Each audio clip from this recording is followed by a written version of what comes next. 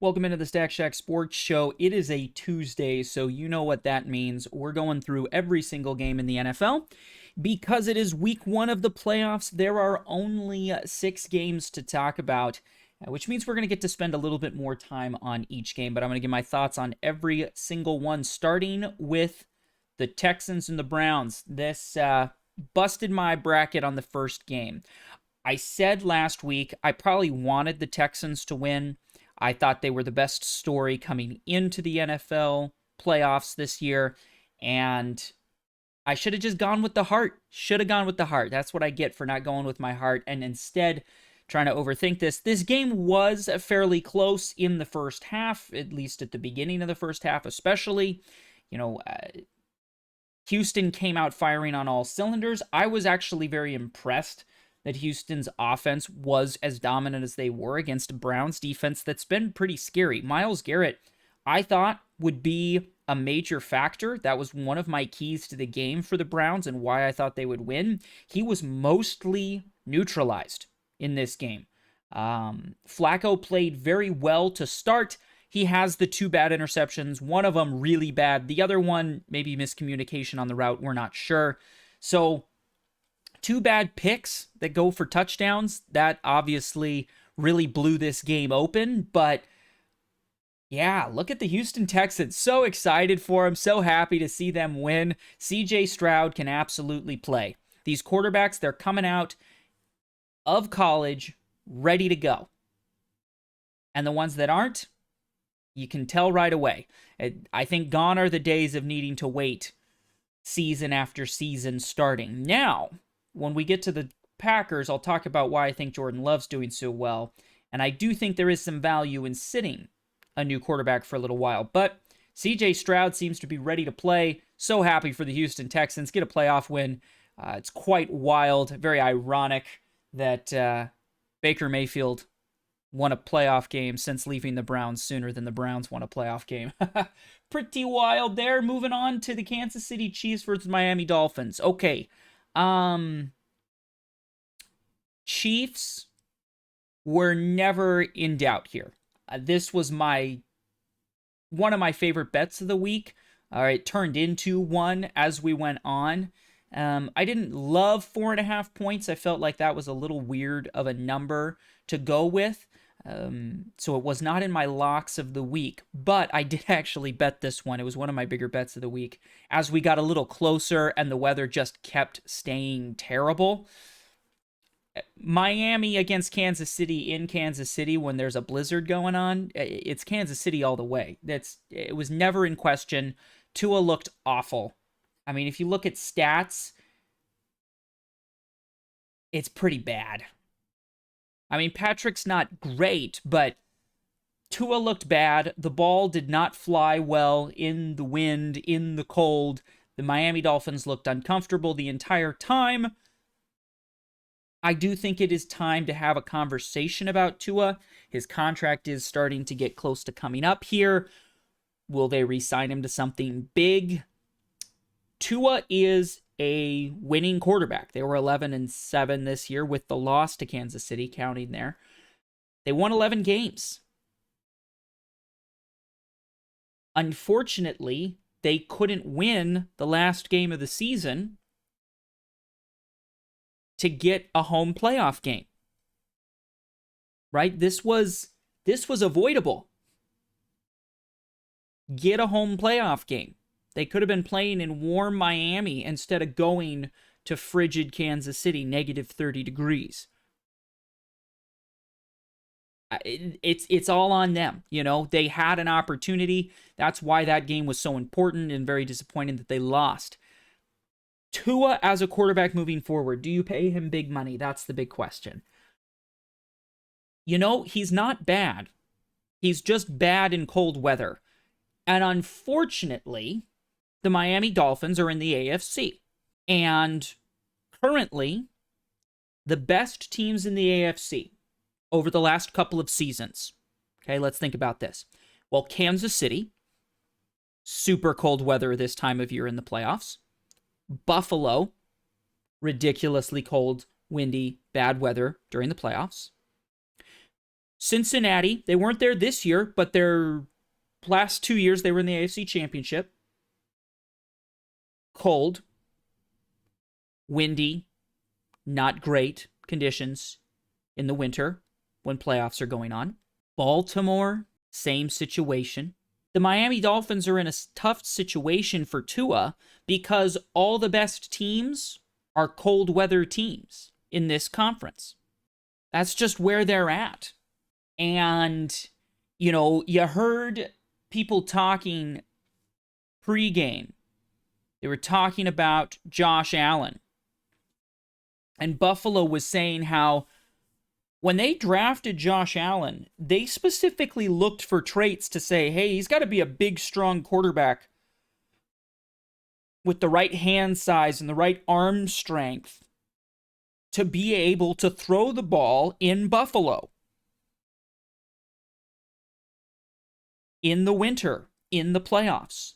Tua is not that guy. So I don't know what Miami does because regular season Tua, warm weather Tua is absolutely good enough to win some playoff games and make a run. Especially if you clean up some of the injuries on defense, right? That's just luck of the draw there.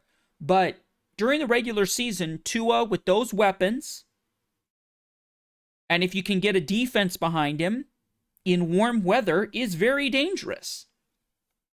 He's just not dangerous at all in cold weather.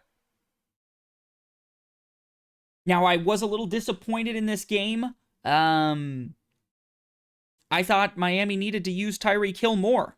And while he did get some targets and he led the team in catches, 6, 7 catches, I believe, 5 catches,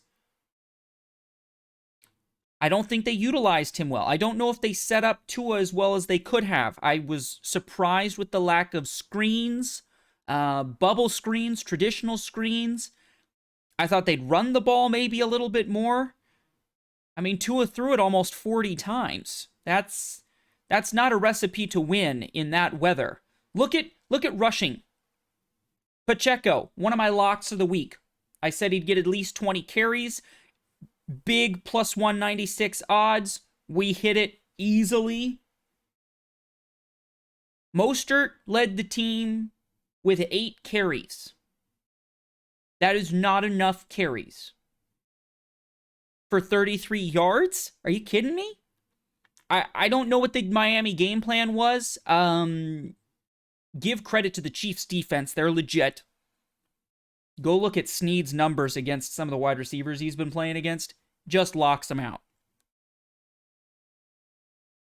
And I'm sure Kansas City was loading the box, which they were, and playing the run, and watching for the run, and watching for screens and all of that, but you still gotta give your quarterback a chance. Tua throwing it 40 times in a blizzard that's not going to win a football game. If you told me that, hey, Tua's going to throw it 40 times, and this is what the weather conditions are going to be, I would tell you they're going to lose. It's just where it is. So, a disappointing end to the season for Miami. Some serious questions. I think you keep Tua. It's hard to argue with 11 games won and one of the best offenses of the year, but you're going to need to figure out a way to help him win in the cold, because maybe it's not Kansas City next year, but it might be Buffalo, but it might be Cincinnati, but it might be Baltimore. That's not a lot of domes, right? That's not a lot of warm weather. That's a lot of cold weather, wind. So you got to figure out a way for Tua to win in those conditions. Maybe that's something you can work on. Say, hey, Tua, we're going to have you throw in the wind a bunch. Maybe Tua can put on some muscle, increase some arm strength. I don't know. I don't know where he's at from a training perspective, but they need to figure out a way to win in the cold conditions, because without it, there's no way they're going to go to a Super Bowl, because they're going to have to play somebody unless they get the 1 seed. So maybe that's the situation for Miami. They just have to get the 1 seed. We'll have to see how next season goes, but Kansas City, Patrick Mahomes looked pretty good. Rice, First playoff game there really popped off. Kansas City's a good defense. That defense is carrying them. We'll have to see how they match up next week, and we'll talk about that at the end. Moving on to Green Bay and Dallas. Don't let this score fool you. This game was not that close. Dak's numbers look kind of insane besides the 2 interceptions, but like, dude threw it 60 times. 60 times. Holy smokes. Well, why was that? They were down 27-7 at half. That's why. So some junk time scoring here in the fourth quarter gets this game a little bit closer than it was. This game was never particularly close. I mean, it's still, 2 touchdowns and 2 2-point conversions. Good on Green Bay. Dallas, you fooled me. I spent all season saying this team was not that good. And then you won a bunch of games. Preseason, I picked you guys to finish last in your division because I thought this was just not gonna be a good year. And you fooled me. Now, yes, I was probably a little too aggressive to put you last in your division. But coming into the playoffs, I should have known better. I didn't trust this team all season long. They mostly proved me wrong for not trusting them.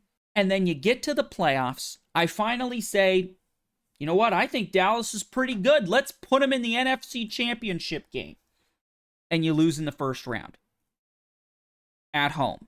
The Green Bay Packers now have more playoff wins in AT&T Stadium than the Dallas Cowboys do.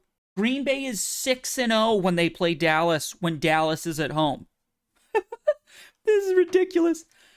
Good on Green Bay. And whatever kind of black magic they're using to pull 3 straight quarterbacks, the growth of Jordan Love this season, from where he was at the beginning of the season to where he is now, is absolutely nothing short of incredible. I'm so happy for him. I'm happy for the Packers, even though it's like, man, would you share the wealth on finding all these quarterbacks? But I think Green Bay is demonstrating something that the rest of the league should look at. I'm of the belief that you should be drafting a quarterback in probably almost every single draft. For a couple of reasons. Number one, it's always nice to have a cheap backup, right? Number two, it's obviously the most important position in the league, and not only is it the most important, but I would argue, and you can go check if my video on the quarterback position may be changing, I would argue that the quarterbacks coming out of college are more and more capable every year because of the way these kids get quarterback coached from a young age, high schools having high passing offenses, these camps, 7-on-7 drills, all this stuff. Quarterbacks are coming out more and more prepared, well prepared at the beginning. This is my argument for why I think you got to be able to make a decision quickly on your quarterback if they're playing. But if you draft a quarterback every year, have them sit on the bench for a minute. Well, I would say if you're in a situation like Green Bay, you got Jordan Love right now. He's going to be good for a few more years. Let's look at the other top teams. Kansas City. Patrick Mahomes is probably good for the next 10 years. So keep drafting a few quarterbacks every year. One quarterback a year. It's your cheap backup to Patrick Mahomes. He gets to sit behind Patrick Mahomes, learn the offense, learn the system, get coached up. You show him off in a couple of preseason games. Let's say Patrick doesn't get hurt, doesn't have any issues, doesn't rapidly decline. All things I don't think would happen. So in a couple years, you don't really want to extend this backup quarterback. Well, you can trade him. And if you're showing him off in the preseason,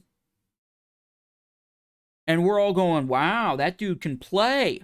You're probably going to get some decent stuff. You're at least going to be able to get back the pick you spent on him if you're drafting in the 4th or 5th round. Or look at San Francisco with Purdy. They didn't need to draft Purdy. They had technically already drafted Trey Lance, right? They had a young quarterback on the roster, but they said, let's take a flyer on this kid. He's kind of similar to our starter, Jimmy G. Let's give it a shot. Turns into the quarterback that they're now using for the future. Now, will he win a Super Bowl? I don't know. That's to be seen.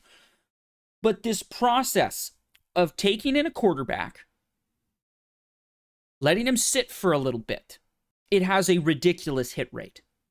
Aaron Rodgers sat for a while behind Brett Favre. Jordan Love sat for a while behind Aaron Rodgers. Green Bay's the blueprint for this. How have they had 3 straight solid quarterbacks? Well, they've drafted and they've developed quite a few backups, right?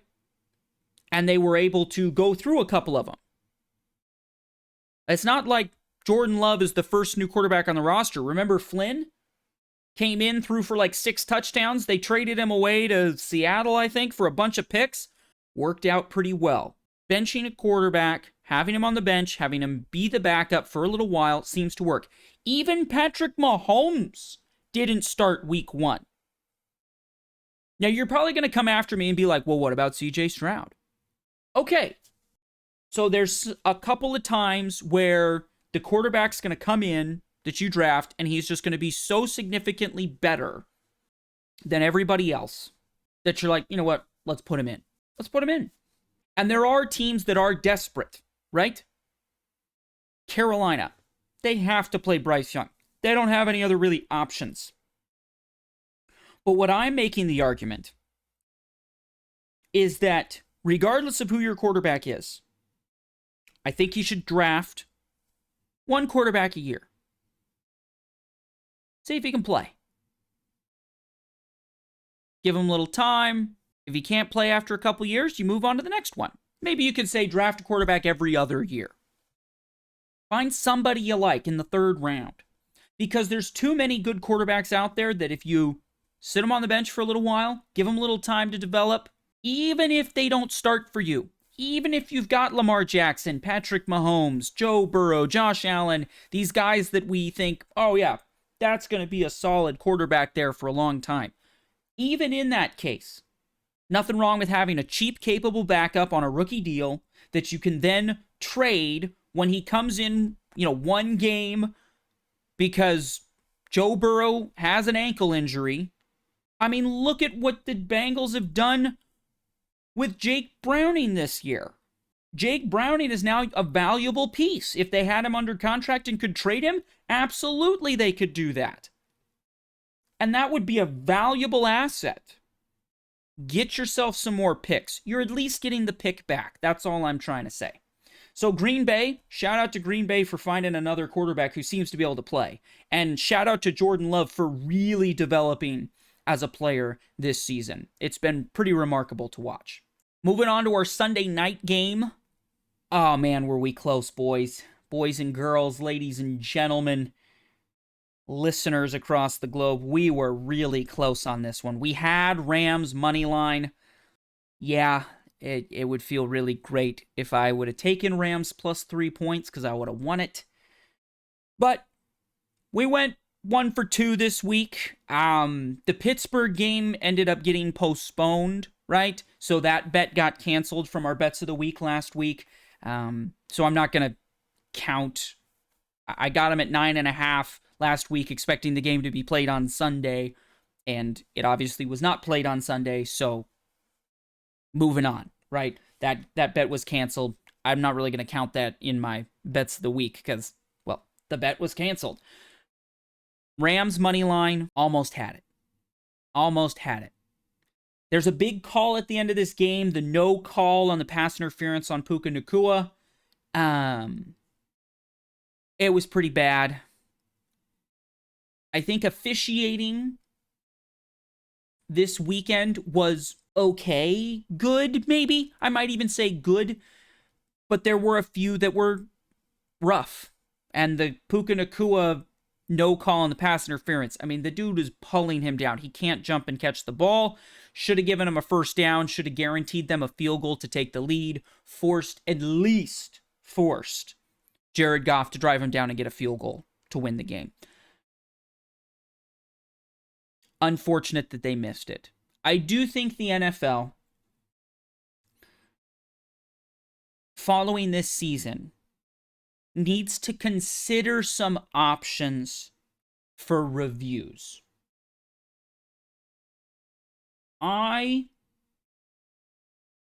Every season, and this season especially, I feel like I'm starting to agree more and more with the people out there who are calling for everything is reviewable in the final 2 minutes. I might even push it up to 4 minutes of the game. Everything's reviewable. We already have the right verbiage in place with reviewable. You know, some people will say, oh, well, you could call this penalty or that penalty on every single play. We already have the verbiage in reviewing a play. What is that? We always talk about it. Indisputable evidence. So those wishy-washy, it could have been, it could not be, you could call it on this play, but it's probably not, I don't know, it's a little ticky-tack. We already have the verbiage. Is it indisputable evidence that he was held? In this case, Puka Nacua definitely was interfered with. But we don't have to call holding on every single play. We just look for indisputable evidence that this foul was committed. Every single play should be reviewable, and every aspect of it at the end of the game. And the pushback is always, well, we don't want reviews slowing down the game, right? And I can empathize with that. We don't want our football games turning into 6-hour games and overlapping each other because we're reviewing every single play in the last 4 minutes of each half. But if that's really your concern, I think it's pretty obvious how easy it is to review a play. We do it in the booth all the time. Play happens on the field, they show a replay, they're like, ooh, look, there was a holding here. It's those kinds of plays. We don't even have to slow it down. Just New York buzzes down and goes, hey, you missed a PI. Maybe we lose a few seconds, 30 seconds, 20 seconds, because we reset the play clock. But in the playoffs, especially, we just got to get it right. And if you want to say, hey, this is a playoff-only rule, I'd accept it. Say, hey, for the regular season, we're not reviewing everything in the final 4 minutes. But in the playoffs, we are. Because it's one and done. That's a literally game-changing play. And there's some that are just so obvious. Again, it's indisputable evidence. And the Rams have been on the benefit of some of these. The Logan Wilson hold in the Super Bowl that probably wasn't. Probably the worst call of all time. The Rams blowing up the Saints running back. No call. That one was so bad that they actually made pass interference challengeable and reviewable the next season. Now the refs kind of rebelled against that and said, nope, we're not changing any of the calls on the field. But for situations like this, we gotta have review. We got to. It would help things so much. So much. Because, let's be real, yes, there's probably some bad calls in the middle of the game. And yes, we'd like them all to be called perfectly, but no game will ever be called perfectly. We all know this, okay? But in the last few minutes of the game, let's be able to review pass interference. Let's be able to review roughing the passer. Let's be able to review holding, offensive and defensive. Let's be able to review false start or offsides. I don't think false start and offsides are typically incorrectly called. But pass interference, defensive holding, offensive holding, roughing the passer. We got to be able to review those at the end of the game. We do. We just have to, because when they're missed that blatantly, we got to be able to change it. Got to be able to change it. So that's my thoughts. Very, very happy for Detroit. It's awesome to see them get a playoff win. It's been so long. They now hand it off to the Miami Dolphins as the longest team without a playoff win. It's kind of funny. But yeah, shout out to Dan Campbell and Jared Goff. Awesome. Stafford was dealing, though. I mean, put up some serious numbers. Those numbers are fantastic. Came down to the last few plays of the game. I thought we had it there. As Los Angeles is driving down the field, I thought, oh, we're in field goal range. I'm going to hit my money line. We're going to go 2 for 2 this week. Didn't hit it. I'm okay with it. We were 1 point off, man. 1 point off. It was close. Moving on to the Bills and the Steelers. Buffalo gets a big win. They jumped out to an early lead. The Steelers made some dumb fumble turnover mistakes. Like, oh my goodness. You can't beat a good team in the playoffs when you're the underdog, when you're throwing interceptions and fumbling the football. Josh Allen played a clean game. Buffalo's going to win. When Josh Allen plays a clean game and they can run the ball a little bit, Buffalo's a very dangerous team. Very hard to beat. Very hard to beat. The defense is good. Oliver is an absolute monster on that defensive line. A lot of talk about Mike Tomlin. Should Pittsburgh get rid of him? No. They shouldn't. Unfortunately, they are in, as I saw some Bengals fans coining the term, the Andy Dalton situation. When the Bengals had Andy Dalton and Marvin Lewis, and Andy was just good enough to get him into the playoffs every year, but he wasn't good enough to win. Same with Marvin Lewis as the head coach. He was good enough to get us into the playoffs. He wasn't good enough to get a win in the playoffs. And because they were just good enough, right? Steelers haven't had a losing season in 17 years or something. Because of that, they're just not quite bad enough to get a top-tier quarterback in the draft. Another reason I think they should be drafting and trying to develop every single season. Pickett didn't quite work out. Move on to the next one.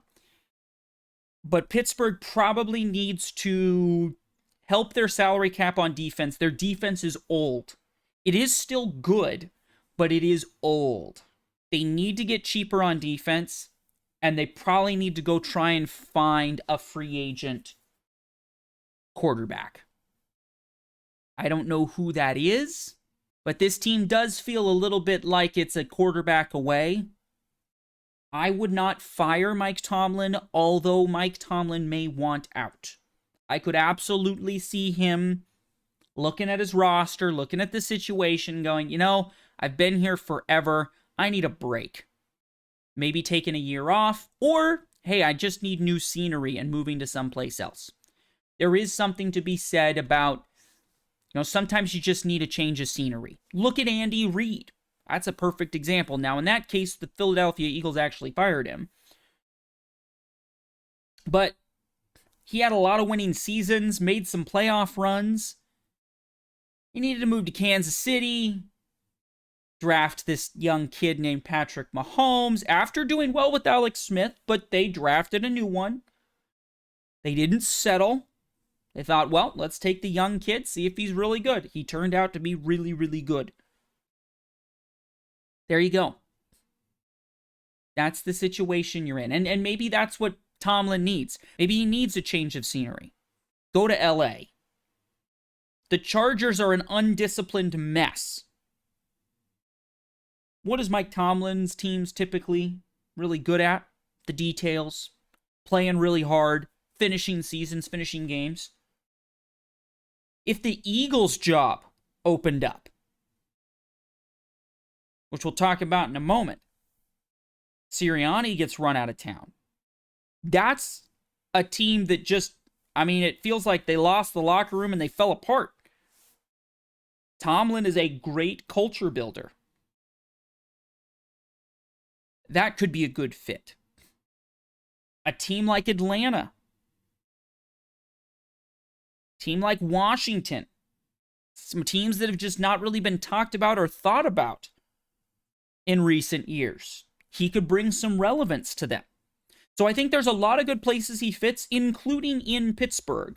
But if he's going to stay in Pittsburgh, they got to figure out the new quarterback situation. Mason Rudolph is not a Super Bowl caliber quarterback. He just isn't. And the fact that they're playing Mason Rudolph in that game means they don't believe Kenny Pickett is that either. So you got to find a new option. Got to find a new option if you're going to keep Mike Tomlin there in Pittsburgh. Moving on to this one. I told you this was going to happen. I said all last week, Philadelphia's losing this game. It was not in my bets of the week because, well, I felt more confident about Pacheco getting at least 20 carries in a blizzard. Turned out pretty well. But I told you, Philadelphia came into this game expecting to lose. And they played like it. This game, in all honesty, was way closer than it should have been. Tampa Bay caught a little case of the Kansas City Chiefs wide receivers and were dropping balls all over the place. Baker has a bunch of incompletions that were really not his fault. He threw the ball well. Receivers just didn't make the catch. If those catches are made, this game's even more of a blowout. I could tell from the first series, offense and defense from Philadelphia, they were not going to win this game. They weren't. They didn't want to play, is what it looked like. I think they did want to play, but I do think they came in with zero confidence, expecting to lose. The tackling was atrocious. The offense looked clunky, uncoordinated, and lost. So that brings up the question, whose fault is it? Well, I think we can all agree that the offensive struggles probably a product of the fact that Shane Steichen left. Go coach the Colts, where he almost got Gardner Minshew to the playoffs. Seems to be that they lost a pretty darn good offensive coordinator. Look at the Bills the season after they lost Dable, right? Josh Allen terribly regresses. This season it took a firing. And Joe Brady coming in as the interim guy to kind of right the ship there in Buffalo. Philadelphia has an offensive coordinator problem. Do they have a head coaching problem is the next question. I think they do. I think they have a head coaching problem. Not because they lost this game. If the offense came out and looked clunky, and they just couldn't score enough points and they lost this game, I would say they got an offensive coordinator issue. They got to fix that. We might say, hey, there's a defensive coordinator issue. Got to fix that. But, as the great line from Remember the Titans, attitude reflects leadership, Captain. This team did not look ready to play, did not look like they expected to win. Those are things that come from your head coach, in my opinion. The culture of your team. Again, we just talked about it with Pittsburgh. They lost this game. Their offense was pretty terrible. But I have no question that everybody was playing hard. Everybody was giving it their best. They had a game plan that they attempted to win with. They just turned the ball over and had some issues. Those are players making plays. Players didn't make plays in this game. In this game, the players didn't make plays, but it didn't look like they wanted to make plays. It didn't look like they were trying. And to me, that lands squarely on the shoulders of your head coach. Person in charge. Something happened in this locker room the last few weeks of this season. Well, really the last half of this season. Maybe one day we'll find out what happened. But this team did not expect to win this game, and they didn't. Now, I do want to say Jason Kelce retires after this game. Huge shout out to him. He is an absolute legend. Has been a joy to watch play these years. Is one of the few, offensive linemen that made offensive linemen cool, right? Has a great personality. Really showed off, I think, some of the forgotten warriors of the NFL. People, we love to talk about quarterbacks and wide receivers and running backs, the skill positions we call them. But it really comes down to that offensive line a lot of the times, right? Gave us one of the great plays in NFL history, the tush push. Whether you love it or hate it or think it should be outlawed, it's still iconic, and it will remain iconic forever. I think that's pretty cool. Shout out to him. Hopefully he enjoys retirement. I think he'll do well in whatever he decides to do. Well, yeah, let's hear it for some offensive linemen. I don't think they get enough credit. I love to look at the guys that are causing the sacks, getting the interceptions, scoring the touchdowns. Those offensive linemen are typically the key to every team. They're smart, strong, powerful, and have huge impacts on every game they play in. So, shout out to Jason Kelce for a great career, Hall of Fame worthy career, and for helping us all remember about the big boys in the middle of the field. So, with that, we'll close out today's video. Let me know down below what was the biggest surprise for you in these playoffs so far, and what are your predictions going forward. We will have a predictions video this week at some point. Tomorrow, probably going to be talking about the head coaching situations. We got things like Bill Belichick meeting with the Falcons. Jim Harbaugh met with the Chargers recently. Ton of stuff to talk about regarding the coaching carousel tomorrow, so don't miss out on that one. Make sure you're subscribed so you don't miss it, and we'll see you then.